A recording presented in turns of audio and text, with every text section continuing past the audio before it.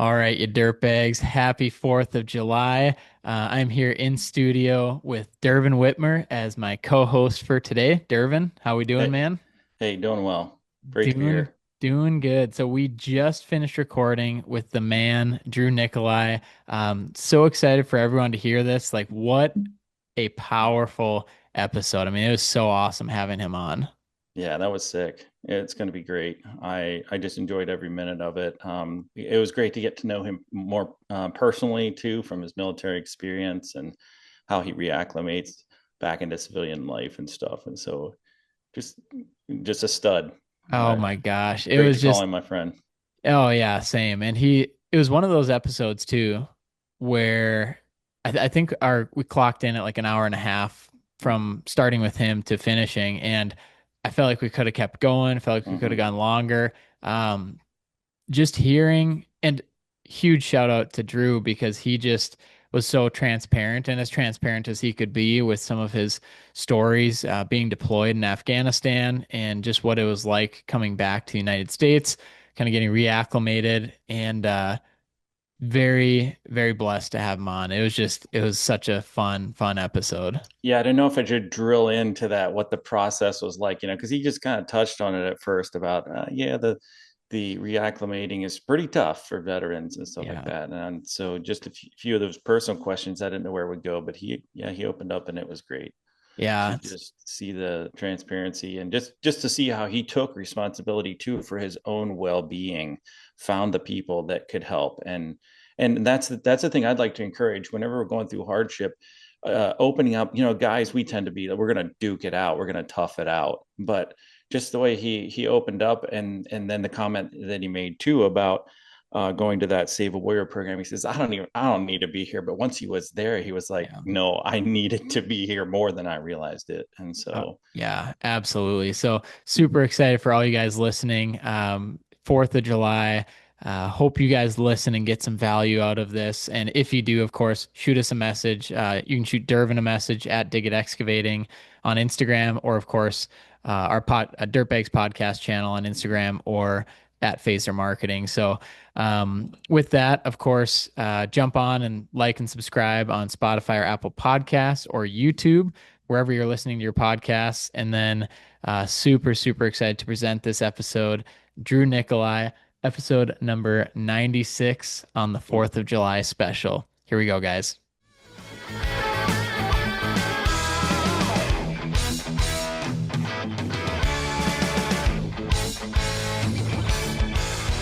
All right, what's up, you dirtbags? Happy 4th of July. This is our 4th of July special. We're not taking the day off. We are so excited to give you guys this very special episode. We knew we had to do it big for this special day, so we're bringing in our one of our amazing, beautiful guest hosts, Mr. Dervin Witmer. How are we doing, woo-hoo. brother? Doing great. Happy birthday, America.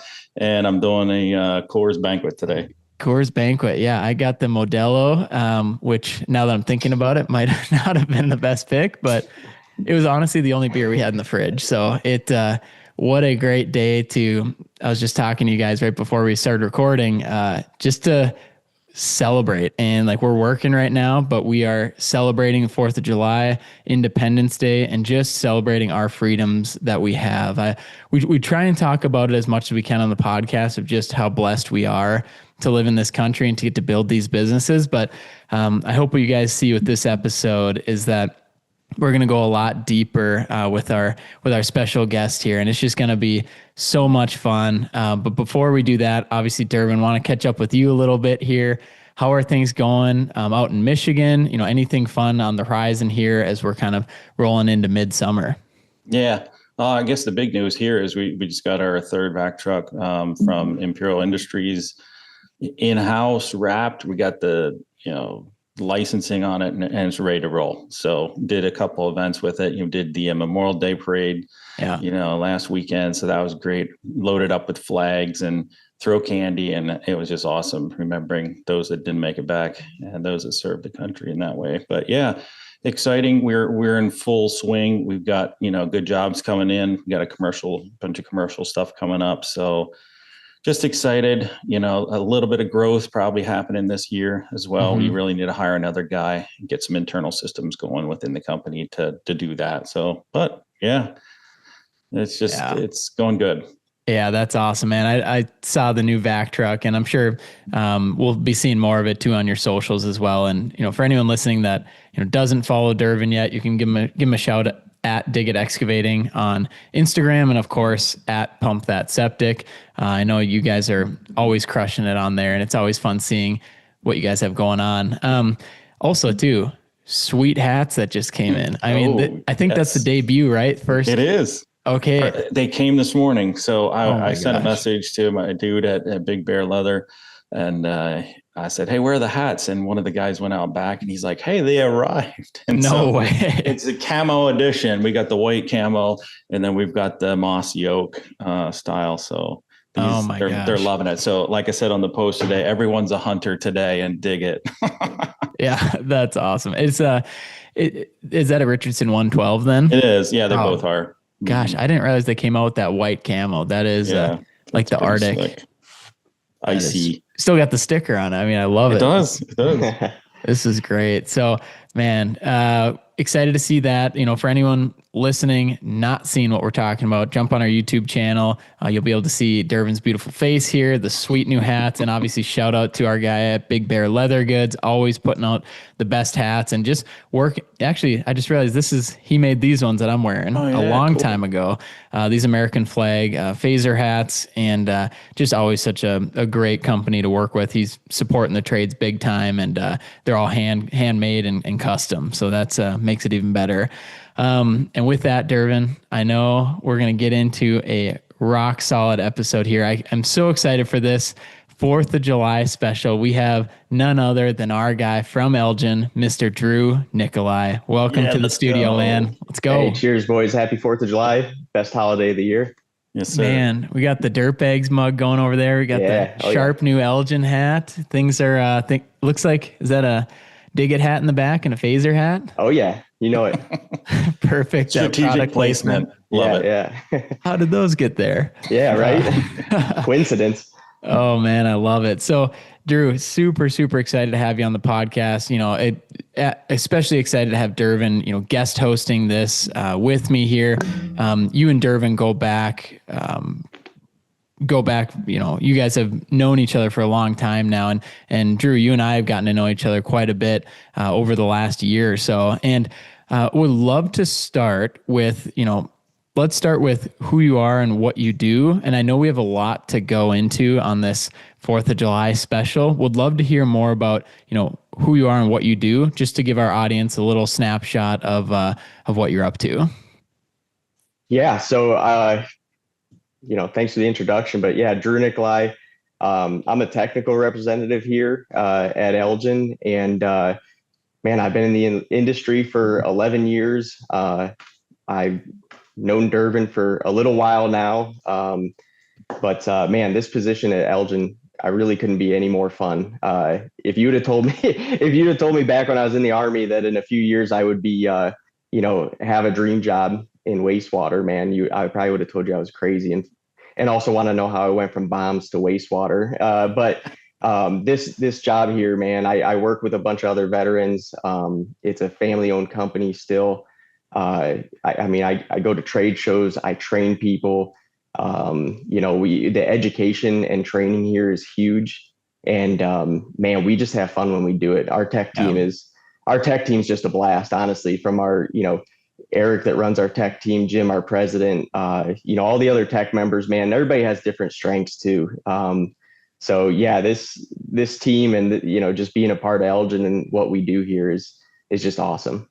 Yeah, that is so cool. And obviously, for everyone listening, if you haven't found out yet, Drew, you have served this country, this amazing country. You are an Army veteran, and we're going to dive into that more here on this Independence Day.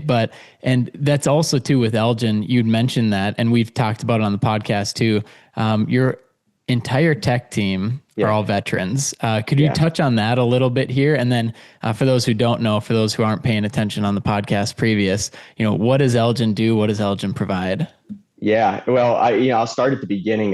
Joe Yeah. Glasser, Lieutenant Colonel Joe Glasser, he was a World War II veteran. He was a navigator in the Mighty Eighth, and Joe, I mean, his thing once he came back from the war and started Elgin back, in 1970.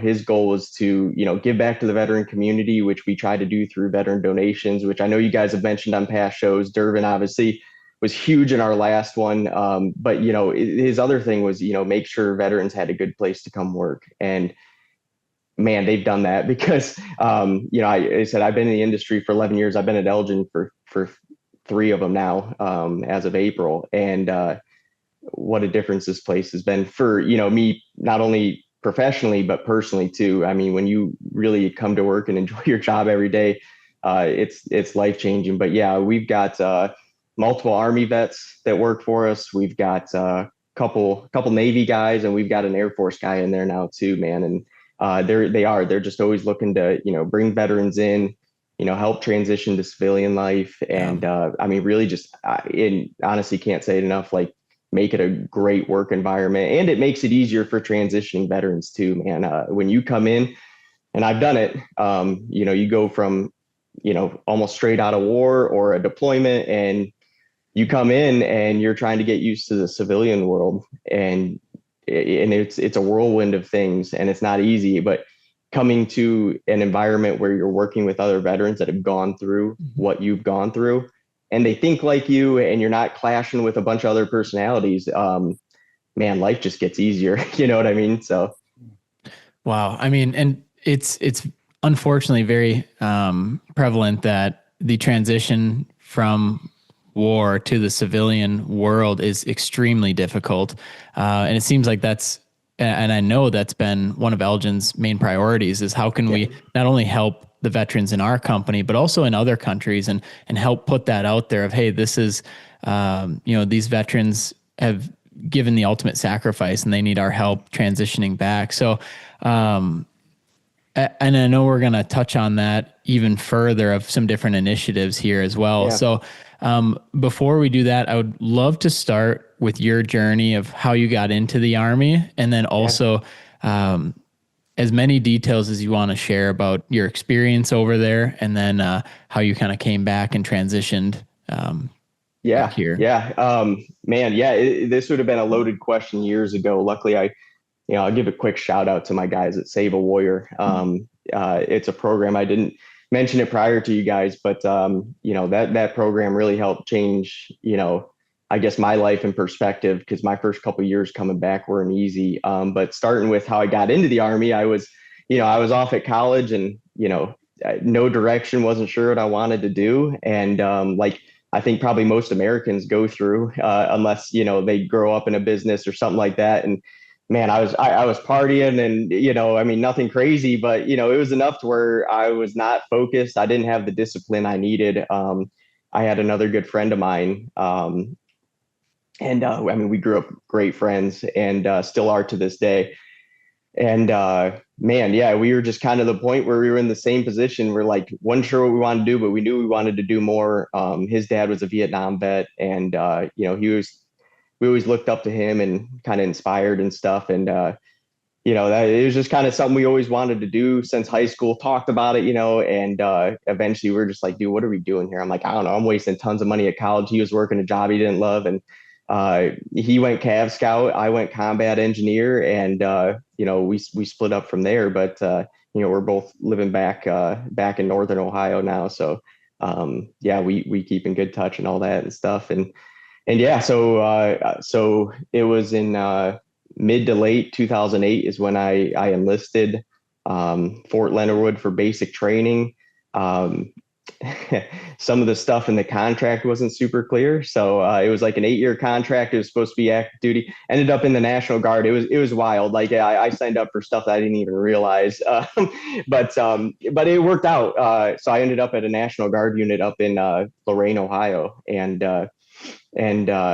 we ended up deploying in 2013. And so I mean, I guess to get a little background, combat engineers are the simplest way to put it. You learn all the infantry skills. You're a combat MOS, combat job.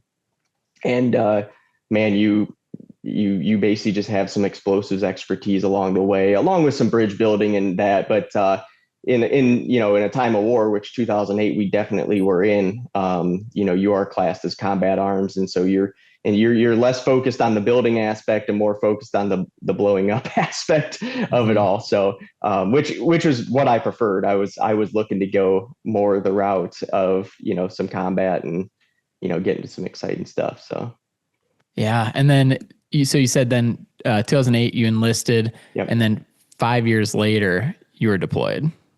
Yeah. So we trained up.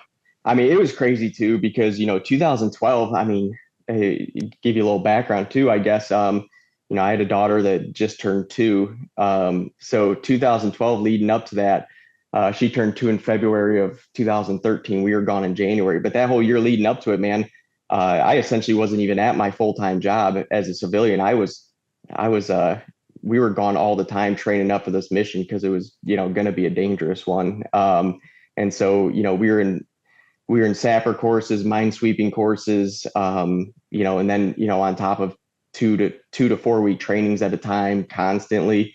So it was a big build up to this deployment, which I'm happy for, because we had to be top notch. And then we later found out that we were basically clearing routes of IEDs for 11 months for the SEALs, which we were by no means on their level. I don't want to get that twisted, but I mean, we had to be spot on with what we did. And, lucky for us, that whole deployment, we were, pretty spot on. They didn't take a single strike behind us that entire deployment. Wow. So for 11 months, you're basically clearing the way in these potential minefields. If you don't mind touching on like a little bit of that process, like what does that look like? What are you doing? What are you looking for? What type of equipment do you have? So you can see it in the picture behind me for anybody looking on YouTube there. So that was part of our convoy. Usually our convoy had about 12 to 13 trucks, 2 wreckers. Almost every truck had a gun on it. I was a gunner. Actually, that rear truck that you see there in the picture, that was actually my truck there. So I was the gunner for our platoon sergeant. We had a medic in there. And then we had a Buffalo truck, which is the largest truck in the convoy, usually posted up somewhere in the middle, had a huge rake on it, about the safest vehicle you could be in, also the biggest target. But and then we had these other ones called Huskies.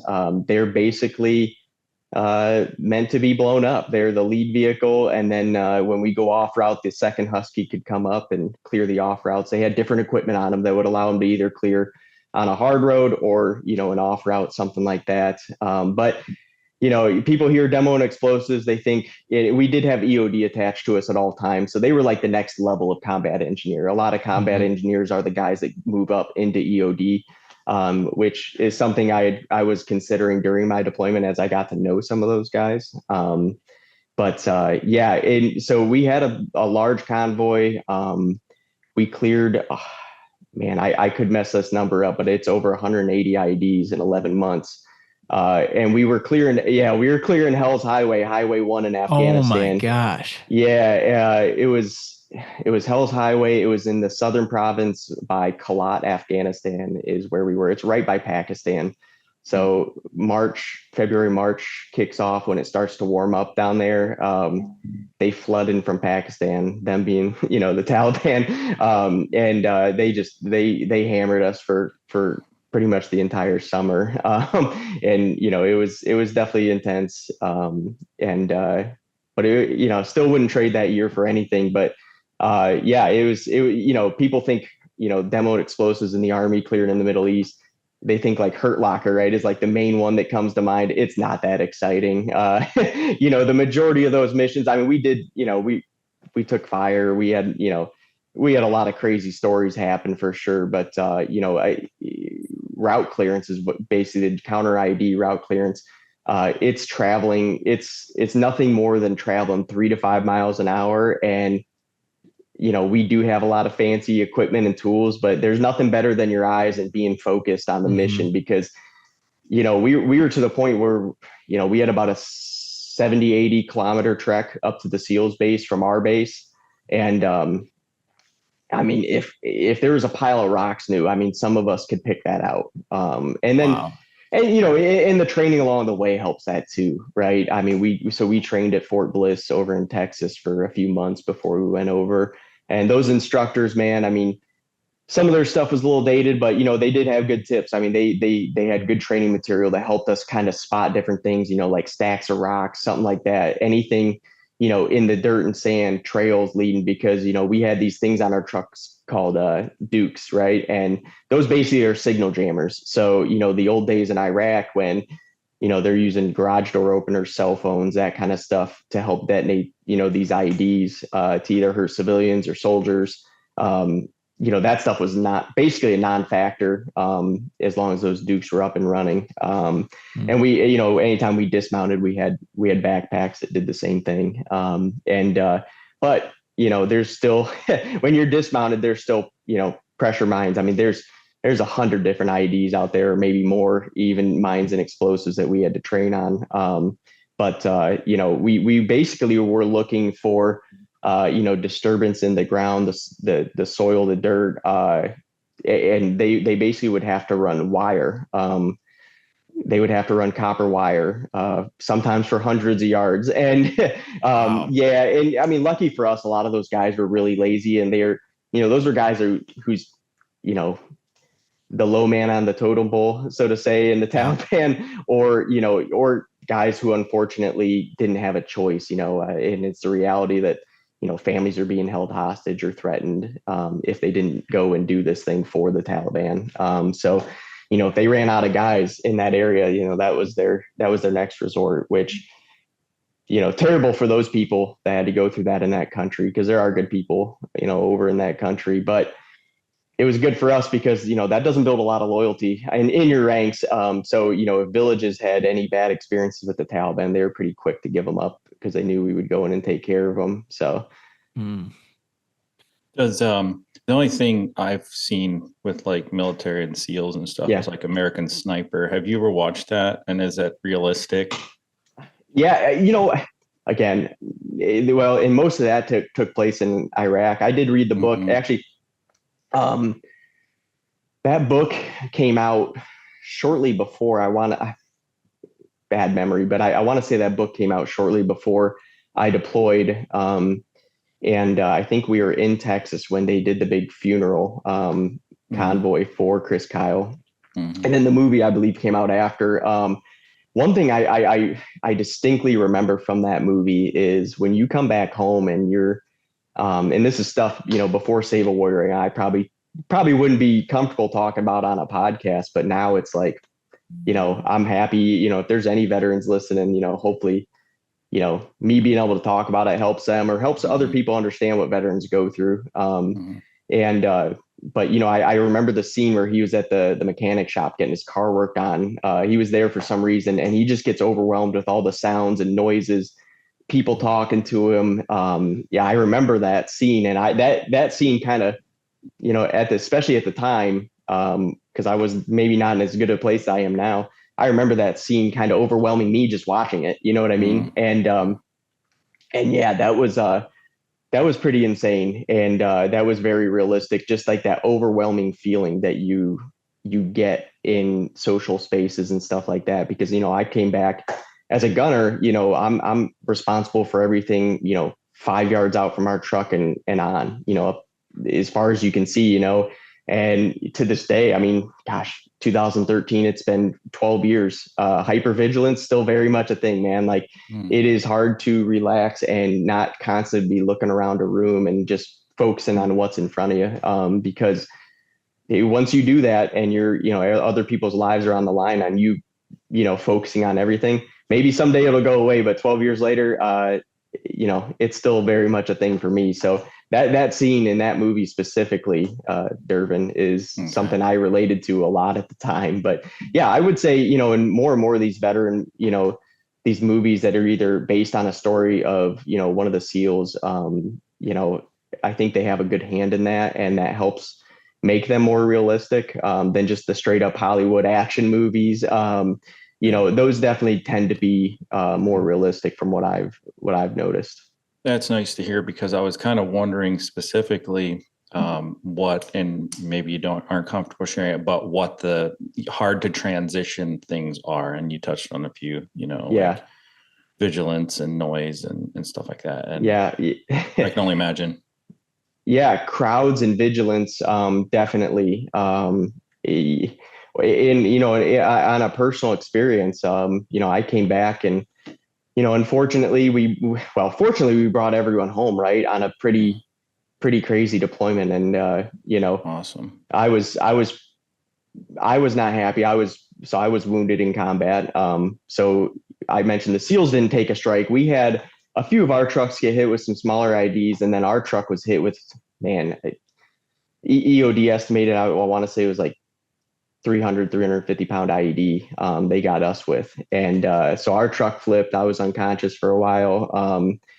That very vivid memory, as crazy as it sounds, even after, before and after being unconscious. But luckily, everybody in our truck, survived. And those you can see we're not driving Humvees out there anymore.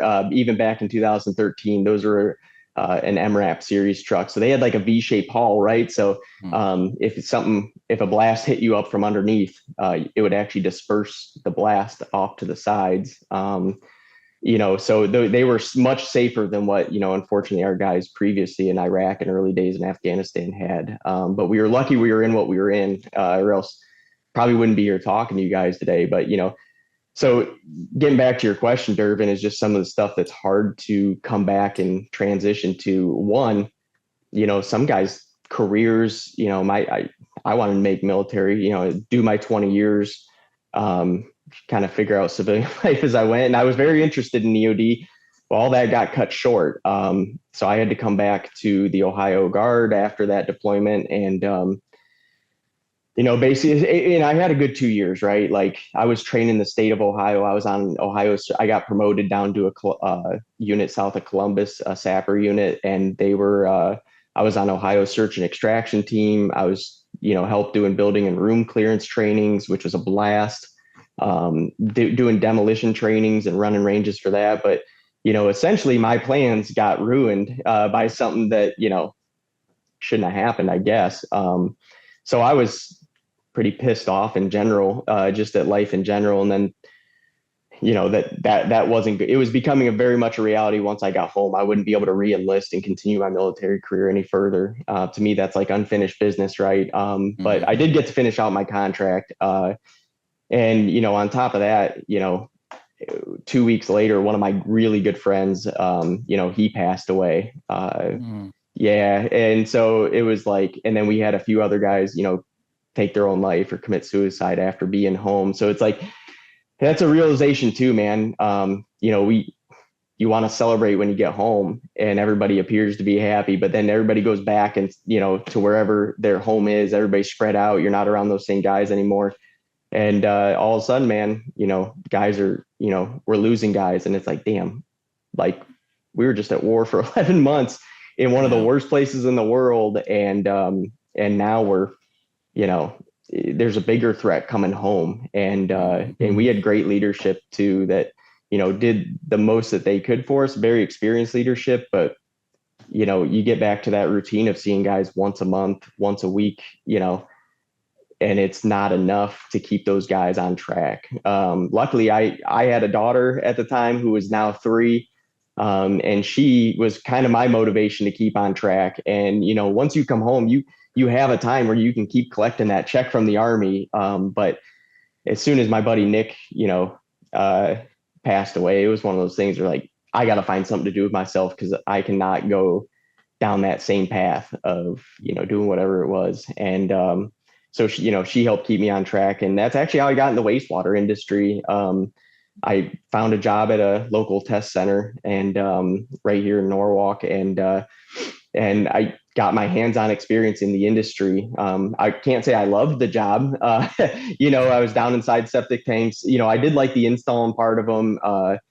Sampling, testing, that stuff. It was interesting, but yeah, when you're down inside septic tanks that are currently being used, I mean, there's definitely better things to be doing out there. But essentially, I worked for another manufacturer in sales before here.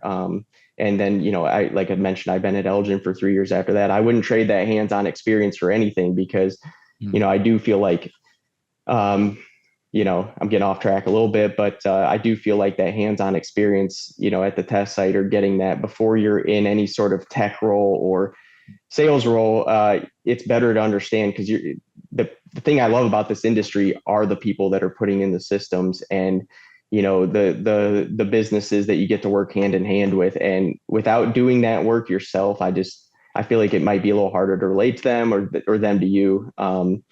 But yeah, I mean, getting back into I guess the transitioning struggles and some of the stuff veterans go to, not only, are you trying to figure out a way to keep yourself busy and your mind off of everything that you just went through, but now, everybody wants you to come visit and be social and some days you don't even want to get out of bed, man. And then stuff like that starts happening to your friends. You see stuff on the news about where you just came from.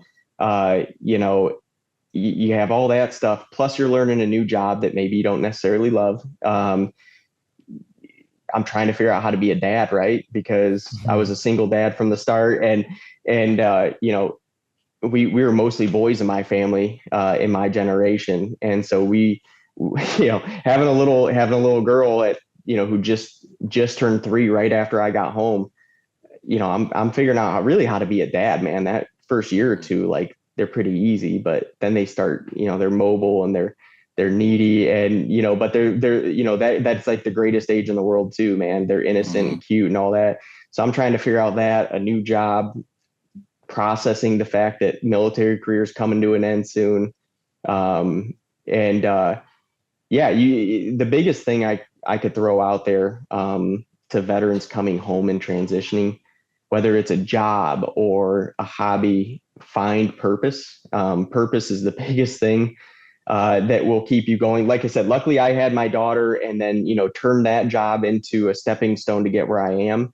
And as soon as each job I would move to in this industry would get me a little bit more purpose, and I had my daughter on top of it, that was my purpose, man. That's what kept me going. So if there's anything that I could put out to veterans coming home, transitioning, or maybe they've been home for years and, they're in this industry and, find some purpose, find something that you enjoy to do, something that gives a little bit of meaning and that you enjoy going to work and doing. It's not always easy to find, but it's out there for sure.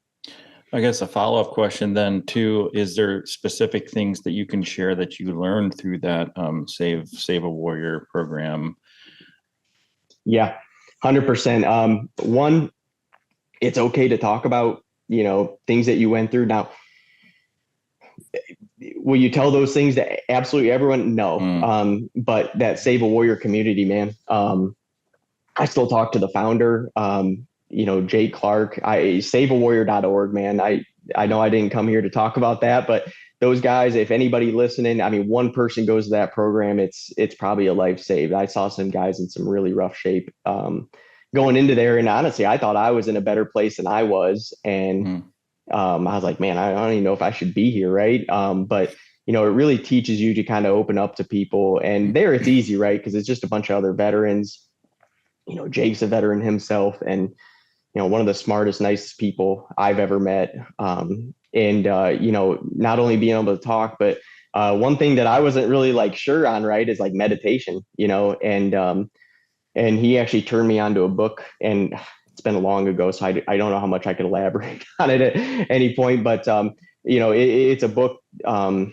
It's called The Body Keeps Score, or something like that. But it's basically a book on how meditation can help not only post-traumatic stress and anxiety and all this other stuff that, veterans commonly deal with. Well, like I mentioned, I had a brain injury from, being injured over there, and meditation can actually help a brain injury, maybe not fully, but it can help your brain recover. So, I've probably not been as consistent with it lately, but man, when you're having a really rough day, learn some meditation, man. There's apps out there to use that will help you. They guide you through it.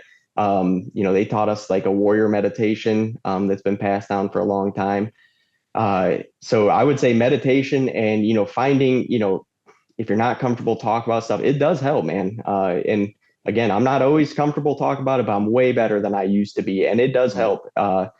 But definitely find somebody you're comfortable talking to, even if you, I mean, they're not always the best, but even if you go to the VA and find somebody there. But yeah, talking and meditation definitely helps. Do some research, read about it, find a meditation app, man. They walk you through it. There's tons of them out there. So those are definitely a couple things. And then part of the program, man, you learn kind of how to leave some of the stuff that bothers you from your deployment.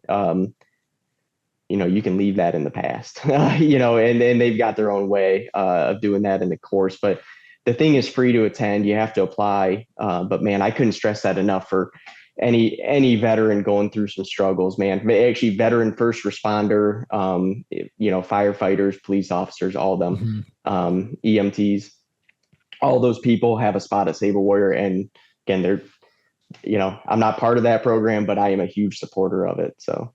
Yeah, and just to double down on that for our listeners, the book is The Body Keeps the Score, and it says brain, mind, and body in the healing of trauma.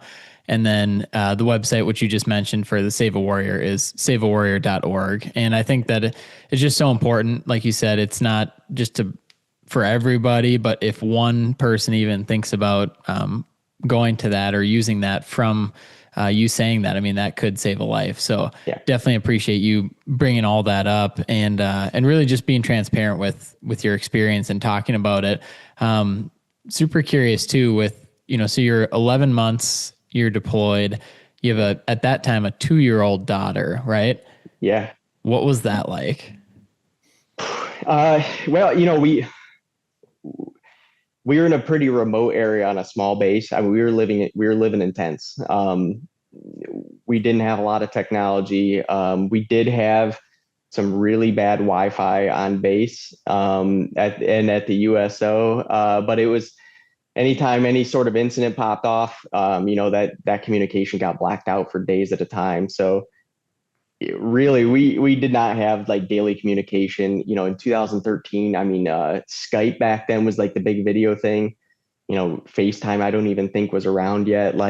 So it was very limited. I think I only got to really Skype Haley, my daughter, a handful of times while I was there. Wow. It's not like she's old enough to have like a phone and text, because it was a little easier to get like iMessages and stuff like that. So it was pretty crazy just to be separated for that long. In hindsight, I'm glad it kind of happened when it did. I got, a year to 2 years with her before, and then it's part of that thing. Like, I don't think she really remembers a whole lot of me being gone. So for her, it was probably the most beneficial time for me to be gone. If there is ever a time for your dad to be gone for 11 months in a war zone, but that was I mean, it's not fun, definitely, but I do think I would hate for her to, she's 15 now. She's about to be her last day of school is today. She's going to be a sophomore next year. And I would hate for her to go through that now.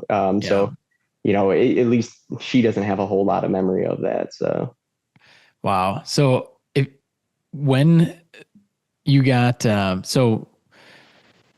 when your truck flipped over and you kind of woke back up, what were your first thoughts? I mean, was it what was the situation like when all that happened? I mean, and if you could just walk me through that, if you feel comfortable, of course. Yeah. I'll leave out some details. So, I mean, I remember, I'll go back even a few moments further, right? Because I still don't know exactly how long I was knocked out, but it was a little while. I remember when it happened, we were talking about something on our comms, our truck, inside of our truck. And all of a sudden, man, I was standing up in the turret, and I remember it felt like somebody had hit my back armor plate with a sledgehammer. That's the best thing I could think of the impact. It felt like somebody just wound up and drilled me with a sledgehammer. And then I remember floating, right? And then it was just brown. It was just dirt. It was all the dirt up in the air, but it was I remember it being like a dome of dirt around me. And then slowly floating and falling. But in reality, it probably wasn't that slow. And then, I woke up. Luckily, my medic was able to kind of pull me out of the opening of the turret, which was facing, it was facing where the direction of where they had detonated the IED from, and where, other Taliban members were. And, luckily we were able to, keep them at bay until our convoy made it back to us, because we spread out pretty far, and they were smart about it. They got us down inside of a dip in the road. And then when you come up, it was like an inverted mountain pass, basically. So they got us spread out where the next truck, it took them a while to realize what had happened when we weren't there. Luckily, like I said, I was gunning for my platoon sergeant, and he runs the convoy. So he goes silent too long. Mm-hmm. Something's up. And don't get me wrong, we would have times where we would have hours of silence on the route. We kept comms clear outside of our, inside our actual truck comms. But yeah, luckily, somebody called up to him, and he wasn't responding. They looked back, and, the trucks made their way back and were able to cover us. And then, from there, it was mostly an uneventful ride back.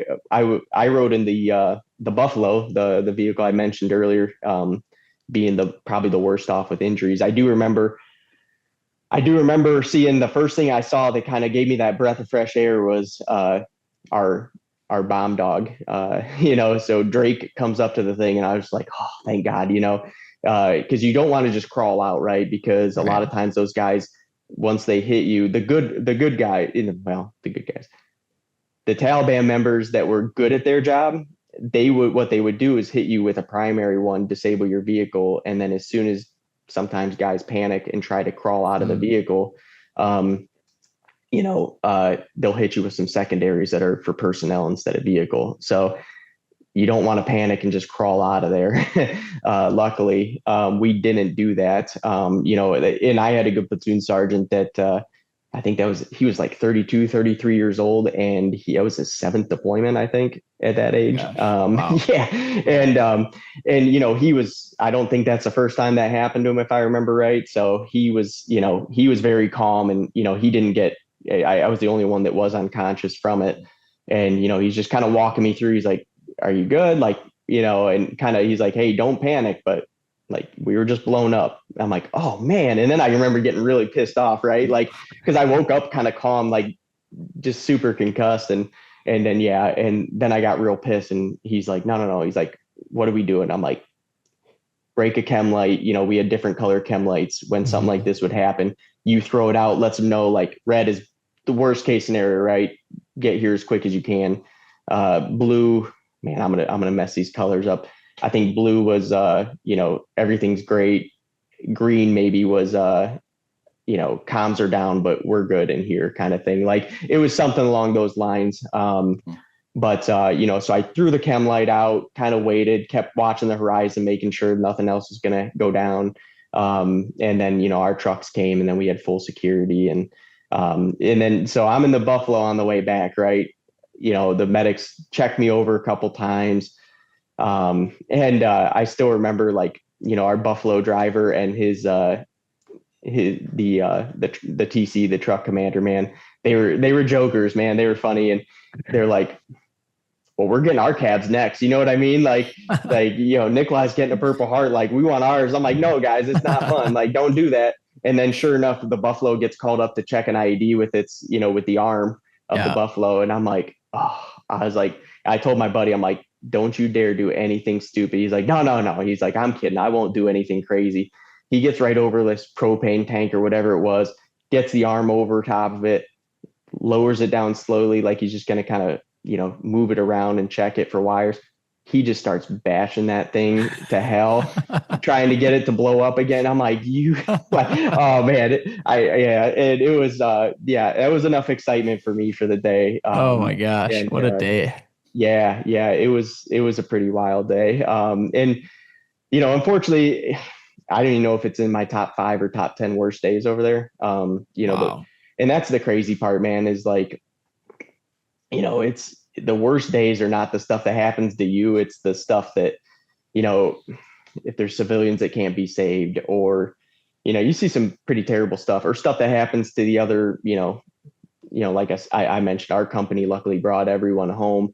But there were some other units over there that weren't as lucky as us. And whether it was their, it was pretty common over there for route clearance packages to go too fast, because traveling at 3 to 7 mile per hour is really boring, but that's the only right way to do it. And, it might've been on them for driving a little too fast to get back in time for the chow hall, so they don't have to eat an MRE. But, unfortunately, like, not all those units are as lucky as we were to not have any casualties along the way. And, so it can be, those are the worst days, I guess, is, the going back and, thinking about it. It's the days where we couldn't save people, or, things are happening on base, and, you see a mass cas come in, and everybody, all hands on deck to help with, mass casualty or something like that. That's the stuff. Those are the worst days, man. When it's happening to other people and you can't do a damn thing about it. That's the worst. Oh man, what a perspective too. Just like, that day that we're just talking about, my quick assumption is that's just the worst day you've had while over there. But I mean, it's like you said, a lot of times it's things that don't happen to you, but happen to others that you can't control. Yeah. And, 100%. Man. And then I know were you sent home then right after that, or how did that process work? No, I had a couple guys, pretty much. I don't think I was allowed to sleep for more than like 20 minutes at a time for like a week or two. Guys just bugging you, keeping you up. Yeah. Basically, like I couldn't go shower by myself, because they were scared if I felt my brain injury, my concussion was so bad. They were scared if I fell asleep for any amount of time, or somebody wasn't watching me, that I wasn't allowed to read. I wasn't allowed to like pop my laptop open and watch some of the, bootleg movies we had on there. Like I could talk to people, and sleep for 20 minutes at a time, and eat and shower and use the latrine. Like that was it, man. And it was terrible. And then, obviously our truck, everybody in our truck and our truck itself, were out of commission for a few days. I came back a couple weeks later. Once I passed all my, I think it was definitely in the cards for me to get sent home. But they would have had to have strapped me to a board and shit me back, because I was pissed off, and my guys are going out on mission every day, and I'm sitting in my bunk like, damn, like, you know what I mean? And so I mean, luckily we did have a really great platoon, and that's them right there in our motor pool back in Afghanistan. We had some great guys, and like the second in charge of we had a good platoon leader who would have been the officer equivalent of our platoon sergeant.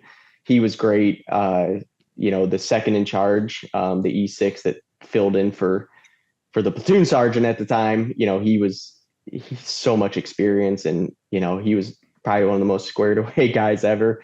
We were lucky we had good guys to fill in, but man, I'll never forget that mission back though, that first mission back, because we had to go right over, we called it the crater, where we were blown up, man. And I still remember, I didn't get nervous a whole lot out on mission, but that was one of those times, man. I got out of the turret, hunkered down, and was like, man, let's not have a replay, But yeah, it was a pretty crazy time. But yeah. Wow. That's awesome to hear though, your experiences and how you work through it, and how your guys all band together. That's really cool. And I talked to a lot of the guys I deployed with still. You stay good friends with a lot of them. And we had our 10-year reunion 2 summers ago, and it was just, even the guys you don't keep in touch with, it's like we all look older and probably a little more out of shape. There's some of the guys are still in, and those guys are probably looking better than most of us. But it's like, you start catching back up, and it's like you never left. And that part's pretty cool. But I guess what I'm getting at is, I don't think any of us, even all the terrible stuff that we saw, and I don't think any of us would trade that year for anything, man. I mean, it's just a life experience that most people don't get to experience. And I mean, it's a wild thing being in a, you know, opposite side of the world doing some of the craziest stuff you could ever imagine. And you know, and we've kind of talked more serious, but man, we had a hell of a lot of fun that year. Yeah. I believe it, man. And just like that, that bond you guys have, right? Yeah. And then to be able to continue that with them and have these reunions and just pick up right where you left off.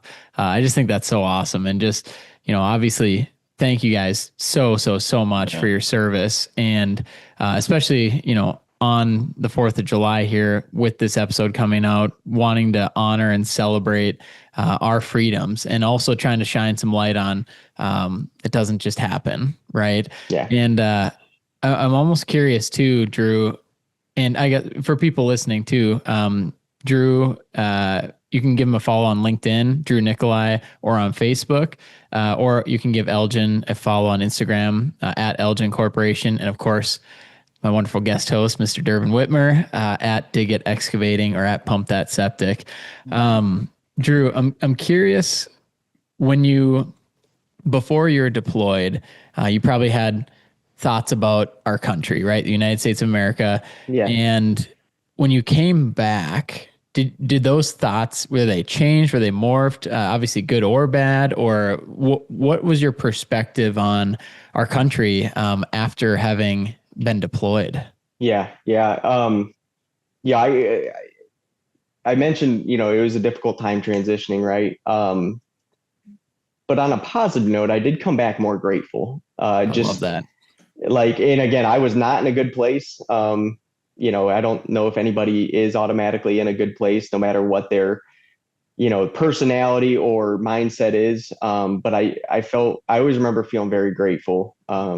Even those first couple months home and everything. Yeah. I mean, because people would, you know, heard about what happened or had an idea what happened to me and, you know, injuries and all that. But like, I was always like, just, I mean, a 350-pound IED is no joke, man. Like, wow. and you know, and so I was very grateful. And then, you know, you are pretty irritable when you come back though. Mm-hmm. Like it's really easy to get irritable, and I'm still working on that, man. Like, sure. You know, but you know, I think that's the biggest thing that would irritate me when I first got home is just, you know, and it's almost even worse now, like the division in our country, you know, and it's just like even these people who think they have it the worst, they have no idea. Like, go spend some time in other parts of the world, man. And even, I mean, you know, you even think about the other countries that aren't third world countries, man. There's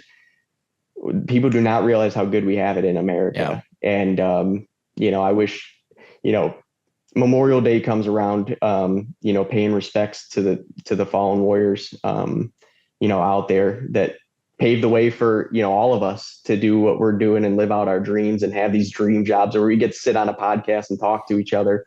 You know, or, I mean, you even think about combat arms or any branch of the military and any job in the military, like we're to the point we're at now. We're the greatest military in the world because of all those guys before us, the lessons we learned from them. Like, I wish people realized how good they had it in America.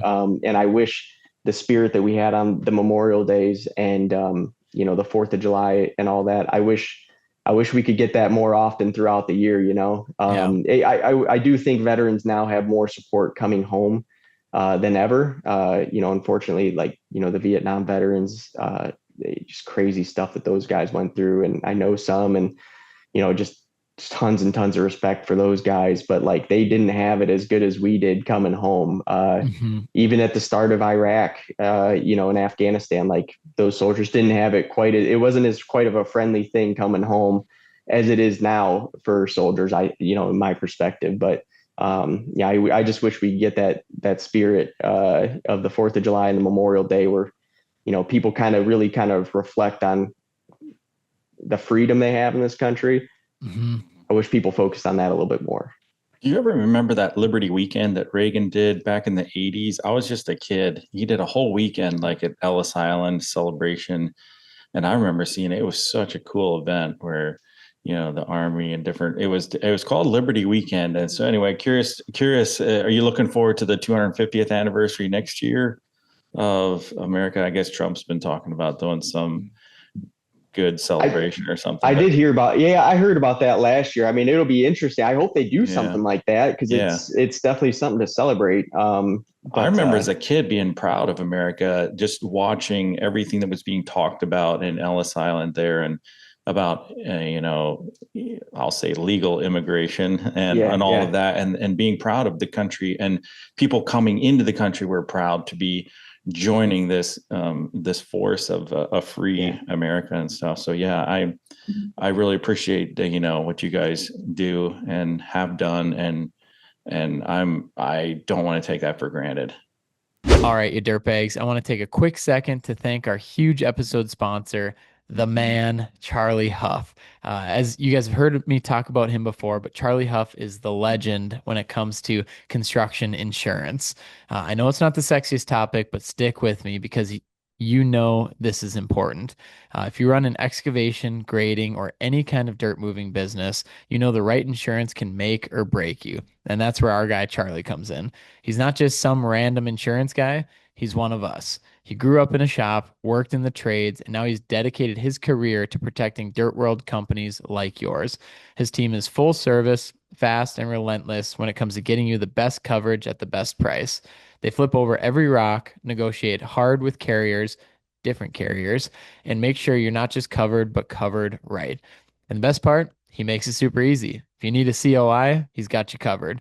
Adding or removing equipment, done. Got an audit coming up, handled. They've taken the insurance headaches off of your plate so you can get back to running your business. Charlie has an updated phone number. So Charlie's phone number is now 435-764-4833. You can shoot him a text or give him a call.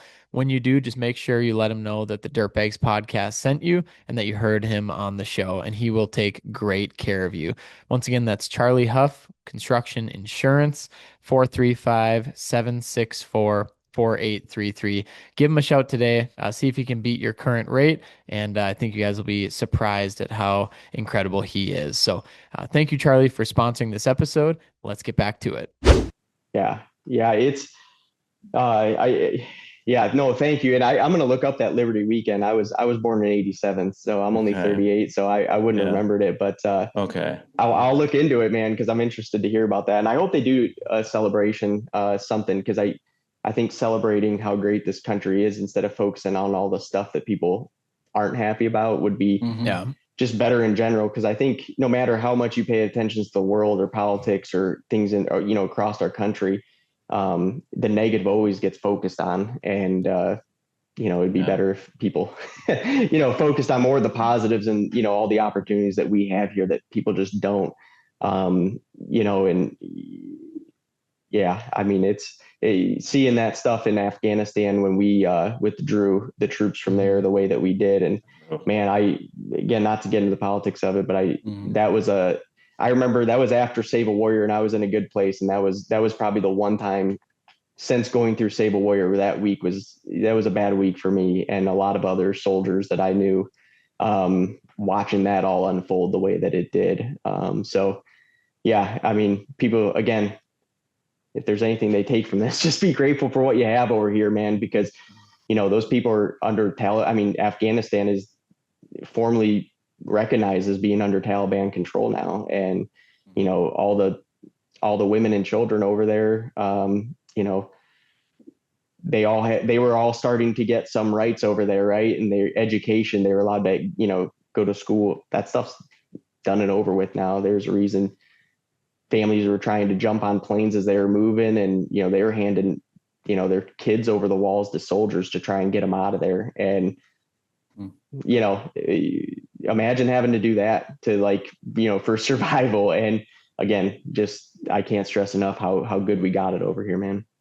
Yeah. And it Drew, it starts with individually. It starts with yourself, not you specifically, but people listening, myself, Dervin, Drew here, and just, that pride and that gratitude doesn't need to come from Washington. It doesn't need to come from the news. It doesn't need to come from everyone out in the public, but just being so grateful and not being afraid to talk about that, and to say, in a conversation, tell somebody how great we actually do have it, and just to live that life, because it's like you said, Drew, even if you go to countries in Europe that aren't third world countries, there's a big perspective shift as well. And we have it so great here. And I am so thankful, for being, it's wild too, because what did I do to be born here?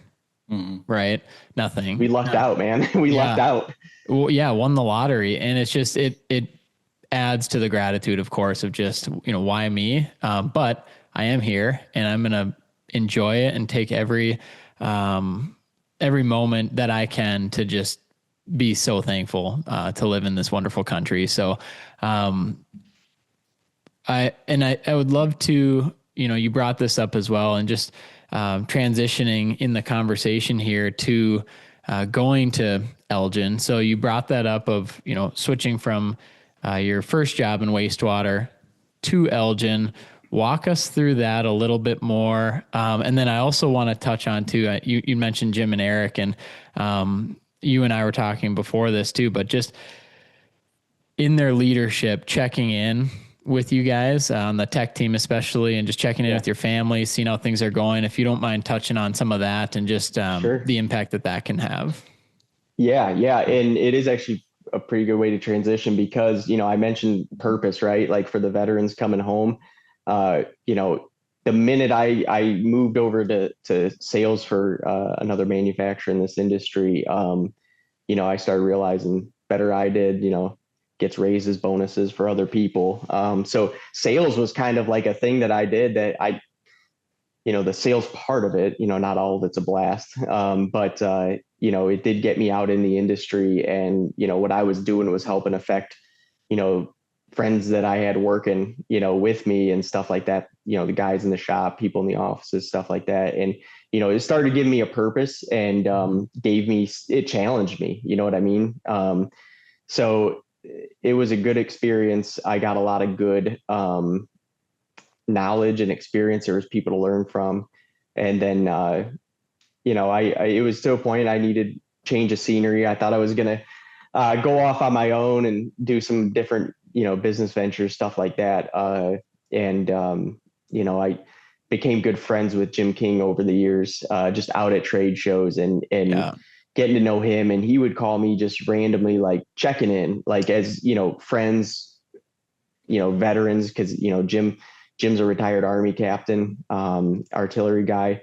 And, he would just call to check in just strictly as a friend,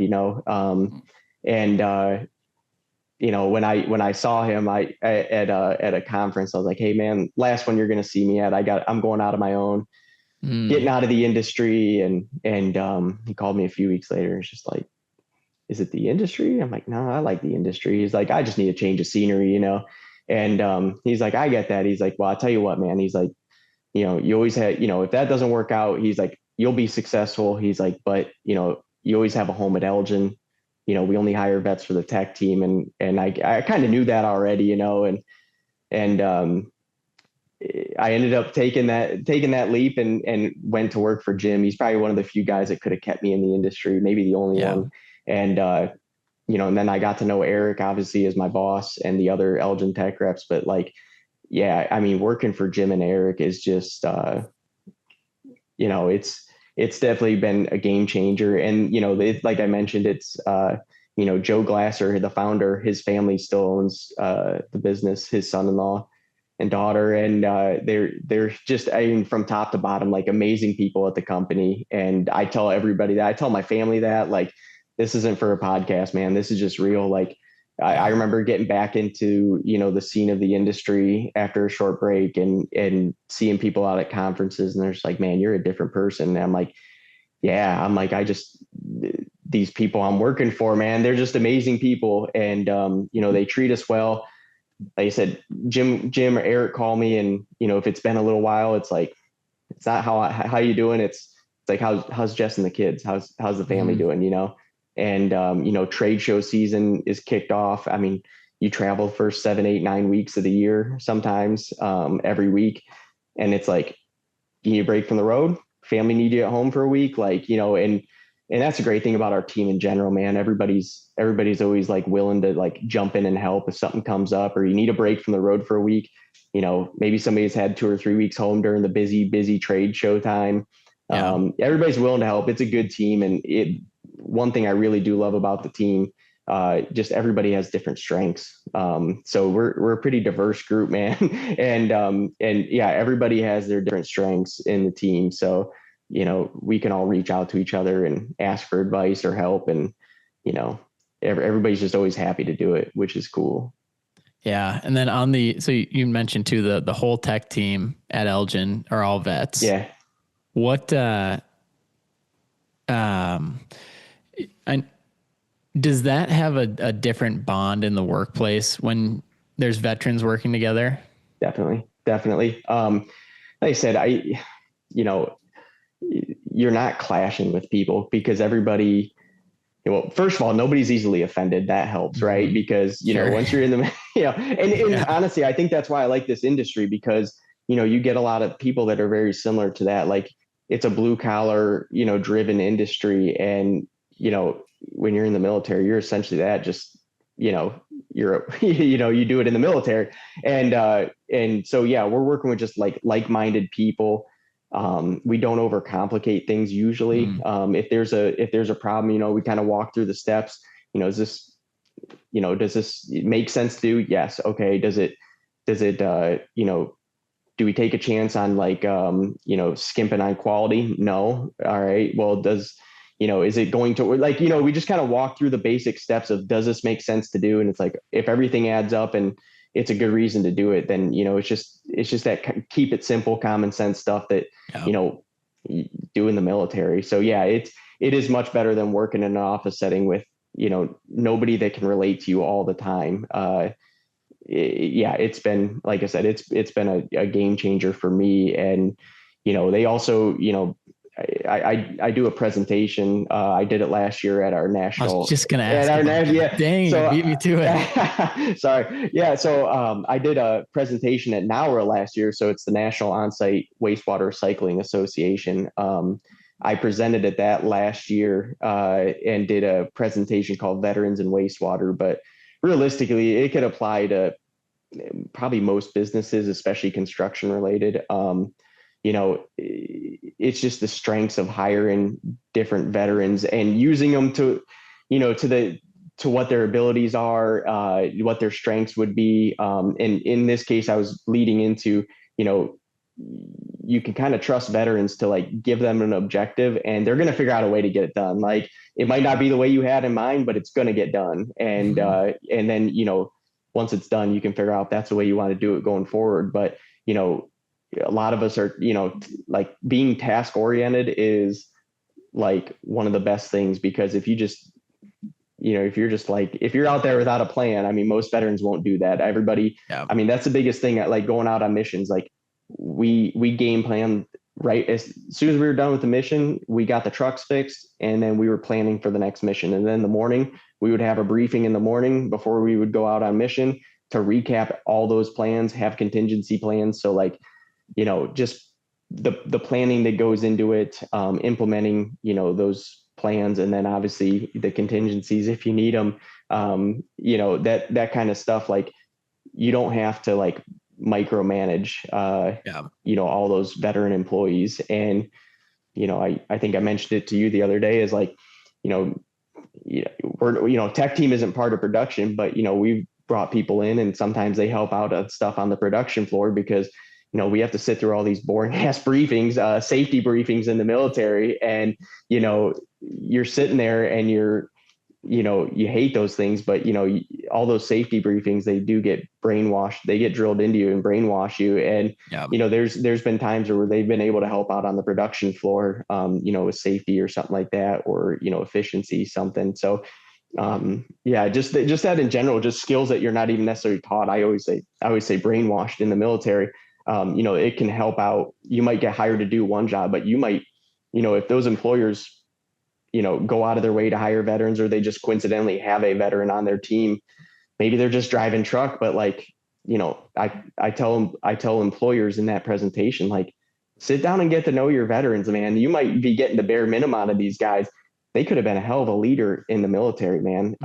They could have been leading entire teams. Like that might, if you got an application out for like a foreman or something, like, somebody, run a crew, like that could be your guy right there. And he doesn't want to speak up because we're kind of trained not to speak up a whole lot in the military. But if you start finding out what some of their strengths were, what their job was in the military, ask their opinions on stuff more, because we don't open up a whole lot, until you go through like something like Save a Warrior to where you're more comfortable doing it. Some guys just want to keep to themselves, but if you ask them and ask their opinion, or, just kind of try to dig deeper past, what they've given you so far, you might find out you got a more valuable employee than you realize. I like the fact that you guys hire veterans. Not only that, but you have a veteran mindset too. So I was thinking about, like, you guys donate to veterans and stuff. Is there, I had a couple of questions, because, being in business, you gotta stay in business and stuff like that. So with that mindset, is there more need for veterans than Eljen can meet? Or is it like, is there more need than can be donated by one company? And if so, what can other companies do to help veterans too? Like you guys supplied us with a local guy in Granger, Indiana, for the modules and stuff like that. And it was great. And he really appreciated it. And we have that video came out. We're actually going to video him personally and his experience as well in the Army. He was a Vietnam vet. Yeah. And then his experience with this whole project. So that's going to be cool. But I was just thinking, man, you just can't give to everybody. But that's sort of I don't know what the right word is, a stingy attitude, I'll say. So is there more need than you can meet, and what can other companies then do to meet similar needs? For us, it's definitely more of a hardship case type deal that we take, which it was in that case. He was on a pretty strict income and budget and that. And that's the kind of stuff, like I had and we make it very well known in all of our trainings presentations that, we're always looking for veteran hardship cases to help out. Right. And I've presented, I live in Ohio, so I've presented all around this state. And I had a designer once call me, and it was like a new build. And I'm like, usually it's on the repairs. Right.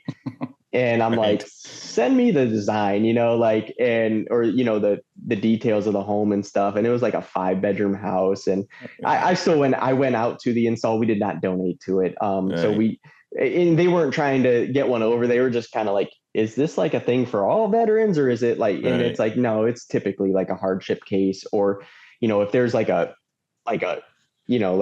veteran, if there's like maybe a nonprofit out there that's, helping veterans, and that's their like main cause, we would maybe consider that. But it's not at every veteran thing, but it is certainly like, if there's a hardship case, I mean, honestly, there's some years where we find enough, and then there's other years, we're not happy with the amount that we were able to give out. We wanted to be able to donate more. So it just, it's a very hard thing to find sometimes, and other times they pop up left and right. So, but and I'll tell you, man, I mean, it's, sometimes we're the only company in the whole process that donates, and we don't ever ask the other companies to pitch in. That's not what we're there for. As much as it would help that veteran, but we're not in the business getting in other people's business. But then you get companies like Valley Farm Supply. They donated some of the supplies for the one that you did, Dervin, and then I know you guys donated your time and resources as well. And as much as we would never ask another company to also do the same thing, when other companies just go ahead and do it on their own, like, that's the people that like we want to be doing these with, is the people that are also looking to, not just a good installer or a good, distribution supply company, man, like, but like the other guys that are like, dude, this is an awesome cause. And, they see what we're doing, and that's the kind of stuff we want to spread and be contagious, because it just makes the whole process more fun. You know what I mean? Hey, Dirtbags, it's your guest co-host, Dervin Witmer, here with a shout out for our sponsor, Sledgehammer. And I just want to talk a few minutes about the great product that we use in wastewater treatment with the Sledgehammer units. These units are very portable. They're very scalable. So we can do residential and commercial systems where we're doing secondary treatment. And basically, we're doing the treatment inside of the septic tank, where the Eljen product is doing the treatment in the field and through the modules. This is a different type of a secondary treatment unit that goes directly into the septic tank. We found good success in restoring systems with this product. We've found good success in installing them on lakes. And so the final effluent quality that is emitted from these systems is a super high quality. And so no treatment generally has to be done in the field, and it just turns into a dispersal type distribution to get rid of the water. So contact Sledgehammer Group Ltd on Instagram and other social media platforms. And great to be working with another American-made product in Sledgehammer.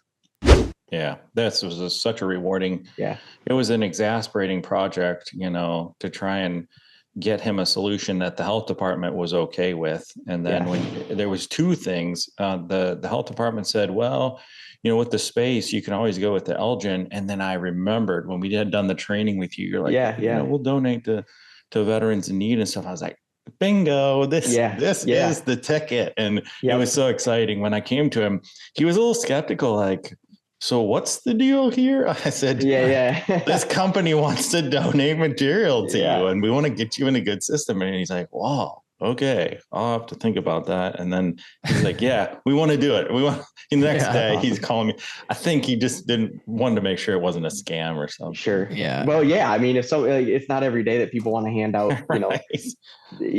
free, a free septic system. That stuff's not cheap, man. Like, right. But I mean, it's just that's the stuff that is just such a game changer for people, and that's all we're trying to do. That was Joe Glasser's mission, was give back to the veteran community by doing this stuff. And Jim King and the others before him have just done a really good job of passing that on. And the current owner of the company, who's Joe's kids, and it's just like working for as big as we are in the industry, like we're still a family-owned company, and we're able to do stuff like that. And it just means more, I think, coming from a family of people that came from a World War II vet, and an entire team of veterans. They get to give back to other veterans in need, man. Because I mean, I think about this, it goes back to being grateful. Like, I'm grateful I didn't end up like some of my buddies who came home then didn't make it home. You know what I mean? I'm literally working, I call it a dream job all the time at Eljen. And, I got some of my best friends I've ever made here at Eljen. And it's just, I'm just grateful for the position I'm in, and the fact that we get to start helping others, in this industry is awesome. And then, that presentation I gave at Naura, man, I had guys coming up to my booth that were like, I've got this veteran employee and I think I can get more out of him. And it was cool, like immediately, because every other presentation I've ever done has been on, technical stuff or sales related. And I do enjoy getting up and presenting and talking about our products and our company and all that. But that was something a little different for me. And, the whole business track, I was on the business track of the Naura presentations. And it was just kind of cool doing something a little different that didn't have to do necessarily with the industry. I mean, you could give that presentation and gear it towards pretty much any industry. And it would help any business owners, or, if there's an employee sitting in there or anything like that. So it was a cool experience for me. And I've given the presentation a couple more times at the Ohio Onsite show. I'm a member of the UA board, their treasurer over there. So like, will you present at MSTA that topic? Absolutely. Okay. Next Done. year. Done deal. I'll get Absolutely. Carlin to put you on. Give me the title, syllabus and stuff, and we'll get you on. Count on it. Okay, cool. That's awesome. We just did that live on air here. I love it. Yeah. No brainer, man. Business. All day. Yeah. Dervin, I'm curious from your point of view here. So obviously a lot of excavation company owners or employees listen to the show. A lot of them too, as I'm talking more with them, are getting into putting septics in. From your experience getting into with Eljen, why and how is it different? And like, why would you use it versus not using it? Just from like more of a basic premise here. Yeah, a couple things. One is aggregate is getting harder and harder to find in Michigan. I don't know nationwide if it is, but stone, pipe and stone that's typically put in there is getting harder and harder to get. So that's number one. Number two is I love the reduction in footprint, like in size. So we did these two. We did a 30% reduction. So if you have an 800 square foot bed, you're going to be 5 something. So the overall size of it can be the same amount of water treatment can be fit in a smaller area. Basically, it's a simple way to put it. And it's very easy to install, and it's portable. You can throw it on the back of a truck instead of heavy, like 20-ton dump truck loads getting in and out of job sites. You can throw this stuff on the back of pickup trucks and on a trailer and haul it on site. So there's kind of those price points or those kind of things. Now the price point is it's a little bit more than pipe and stone. Sorry, and but sometimes there's no other option. You have an area to deal with, and that's what you got to do. I really appreciated the fact that they'll do engineer drawings too for you. So we're not a design firm, but we can design systems, and that just really makes us more professional when we're dropping plans into the health department and we have an engineer drawing. Like I was talking to Drew when he was at Nowra, I believe, and we were trying to finalize some plans. He's like, dude, I'm at this conference, but I'll get you knocked out. And yeah, I think Eric worked on a couple too. And really, I believe the last one we did was a stair step system on the side, a hillside on a lake lot.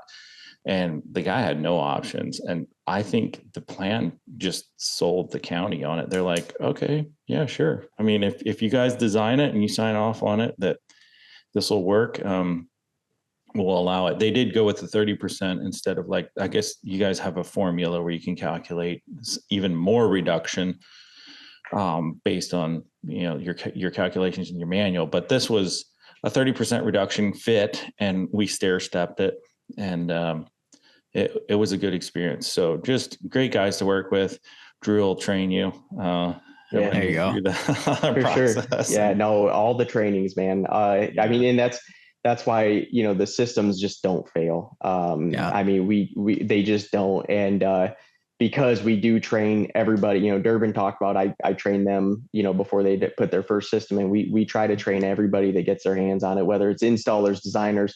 We want the health departments trained on this stuff. We train them all the time. Anybody that's going to be working with the product at all, we want to have a hand in that training, because if it's designed right, if it's installed properly, these things they're just not going to fail. We have our first systems in the 80s still on the ground today, going. And wow. And that's a huge thing, is like, we go, what's the longevity? What's the lifespan? It's like, well, we're still figuring that out, because the original ones are still, they're still chugging along and all that. And, like Dervin said, my favorite thing coming from, working with a previous product to this and just being knowledgeable. I mean, at this point, after 11 years, I think I know most of the treatment products in our industry. And, the one thing I love about this one is just the versatility of it. Dervin mentioned I was on the road, and, I can send stuff to Eric, and, he can, if he's back at the office, he'll take my design, he'll edit it. If something needs just changed around a little bit, we help, like I mentioned, we help each other out, but it is such a versatile product that there's very few sites that we cannot get these things in. And very rarely do we get like the nice sandy sites. Like you mentioned, a lot of times, the price point is more than rock and pipe, but we're usually not competing with those sites. Those sites usually have a couple acres to work with. We're usually working with a fraction of that, so yeah, it is a big reduction thing. Like Dervin meant, the material costs as far as the product go is more than rock and pipe. If rock is readily, aggregates readily available to you out there. Another thing, and I already kind of mentioned, is longevity. The rock and pipe systems out there, I've had family members that have been on them and stuff, and those fail, and then they have to come up with a solution, use a reserve area. You're putting multiple systems in over the course of your lifetime, as to where you can get one system in, pay a little bit more for it because it is a manufactured product instead of pipe and stone. but you're going to have a smaller field and it's going to take up less room in your yard, and it's probably going to outlive you. You know what I mean? So, I mean, there's some benefits to it, and, just the versatility of getting it in those different sites, being able to stair step it. We've done 90-degree angles before. We've zigzagged them, curved them around homes on some really small lots. I'm still, after 3 years of designing these things, I'm still learning, different things that we can do with the product. I learn stuff from Eric all the time that, I didn't even think of. So, yeah, one of the things that I like awesome. About for in our area, particularly, there's like 3 different style systems. One would be trenches, where they're spaced wide apart. Then they're bed, where everything is tight together, and then there's sand mounds, which is elevated. And once you have such clean effluent coming off the bottom of those modules, you're really not treating sand. You're not treating the sewage anymore. You're just dispersing it. You're putting the water back into the ground. So you really don't need that 4 feet of treatment anymore. You just need enough to evaporate and disperse it. And so you've got these massive mounds that, with the right counting, you can get a reduction in the mound size. And the height too, which is huge, because that affects the overall footprint.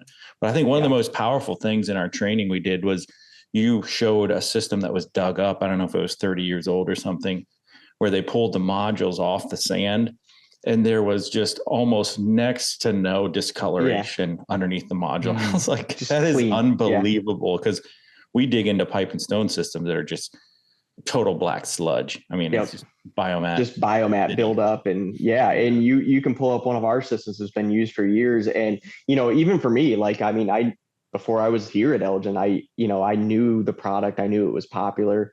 But you start to see it, and then it's like seeing is believing, especially like starting off at a test site like I did. It was almost one of those things. I was hands-on with so many systems that is like, you almost have to see it to believe it type of thing. It's either in the ground long enough to know that it's working, or it has to get dug up, too early, and that it doesn't work. And, you start seeing some pictures or start seeing this stuff hands-on, and you realize, like, wow, this stuff works exactly as advertised. And you know what I mean? Like, you can dig up a system and there's not even biomat buildup on those modules, because that oxygen, that aerobic bacteria is always getting in there and eating away at that biomat, stored on the modules where your primary treatment is. And then, Dervin mentioned, when it's getting down to the soils, it's clean effluent, because then you got your sand layer that's doing your secondary treatment, right? And you're just putting clean water into the ground at that point. So your soils should never fail. You should be able to do this indefinitely, as long as it's installed and designed correctly. People get trained. That's why we're just big on educating and training, man. Man, that is awesome. Drew, I've got a couple more things for you here. I'm curious too with, and I know you guys have done a lot of demos, and mainly for people listening too, you guys have done a lot of demos, like demo days and install days, and this education that you're talking about with other partners. And Sledgehammer, of course, is a sponsor of the podcast, great friends of ours, and I know great friends of your guys as well. So how does that work? Like, if you were to describe, not so much the technical difference, but like the difference in companies, but also trying to go for the same goal, if that makes sense. Yeah. No, I guess the best thing I know that, we teamed up recently and did like a group training over in, New Hampshire. Yeah, New Hampshire. That's what it was. I didn't do that one, but I've done I did a joint presentation at the Missouri conference with the Infiltrator guys on their Presby system. So I presented, they presented, and then we did a joint panel discussion. Obviously the Sledgehammer and Eljen, they typically don't compete, but it's still, different products in the industry. At Eljen, man, friendly competitors or just other friendly companies in the industry. We're open, to any idea, if it makes sense to do it. And the best thing about here, man, we try to have fun when we do it. We hold trainings like, we'll do a training at a brewery or something like that. Something to make it fun, man. Because that's what we're here for. And, Jim and Eric always say, we did the hard jobs, in the military, we did the hard jobs. This is this job, like, we take it serious, but we should have fun doing it. And they mean it. And friendly competitors, friendly other companies in the industry. It's a blast getting to work with those guys and, seeing their perspective and, yeah, it's a cool spot to be in, working with other companies and collaborating and bringing ideas together for sure. Yeah, it's really awesome to see too, especially just pushing the education forward, like not just for you guys, but for the general public and for these other installers, and just like, hey, it doesn't have to be the way it's always been. Yeah. So I think that's what I've loved most about, working in this industry and getting to meet you guys and understand more of the industry is that, the competition isn't each other. It's the way it's always been done, I guess you could say. Yeah. And especially learning from Dervin. I mean, Dervin and I have talked a lot about this kind of stuff, and just with the other guys getting together at the wet show. And it's been really, really fascinating seeing like what is the goal here. And a lot of it is just like taking care of, I should say being public health professionals. Right. Yeah, exactly. And not downplaying this role that you guys have. And not being a race to the bottom. Yes.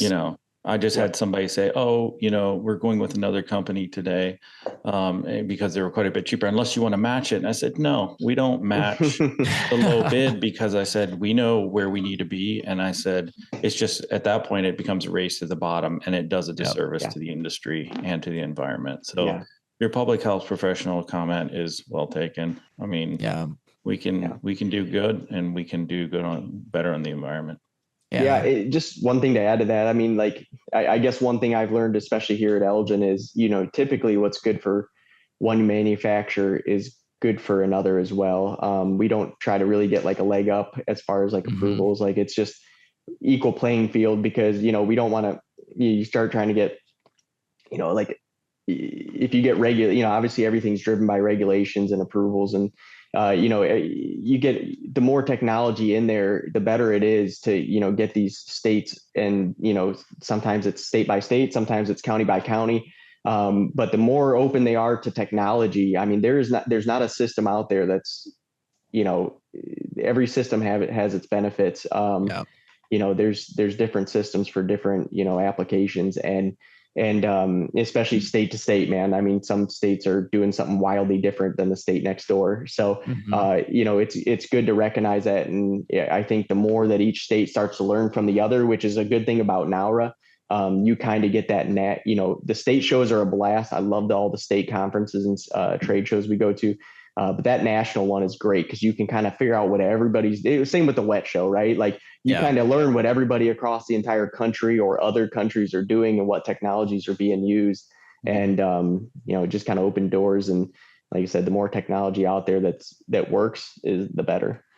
Yeah, absolutely. So Drew, as you know, one of our favorite segments of the Dirtbags podcast towards the end here is doing our book recommendations. I know our listeners get a lot out of this, especially if they've already listened this deep into the episode. I'm curious if you have any good book recommendations you wanted to shout out for our listeners here. Anything that you've been reading that would be that you'd want to share here. Yeah, for sure. I would say two books that have probably helped me the most, especially coming from the military to this industry, and more geared towards the business aspect. One thing that I'm still guilty of time to time, but I was terrible at before, was getting to the point and, beating around the bush before I would actually like drive home what I was trying to get across to people. A book called You've Got 8 Seconds. It teaches you how to not only, at the time I was in sales, this job I don't typically consider to be sales.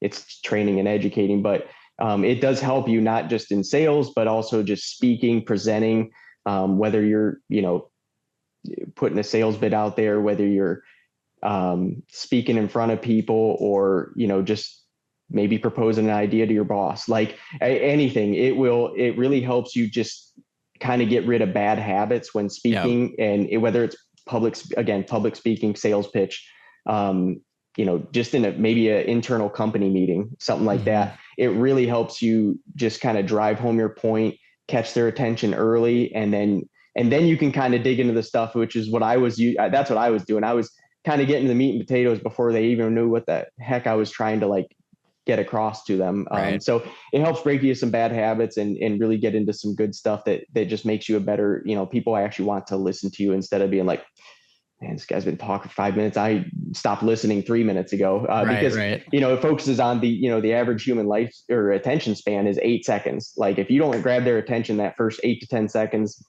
you're probably not getting them back. So that would be a good one. And then this one, I actually just went back and, re-listened to it. I read it and then re-listened to it on audiobook not long ago on one of my trips was Extreme Ownership.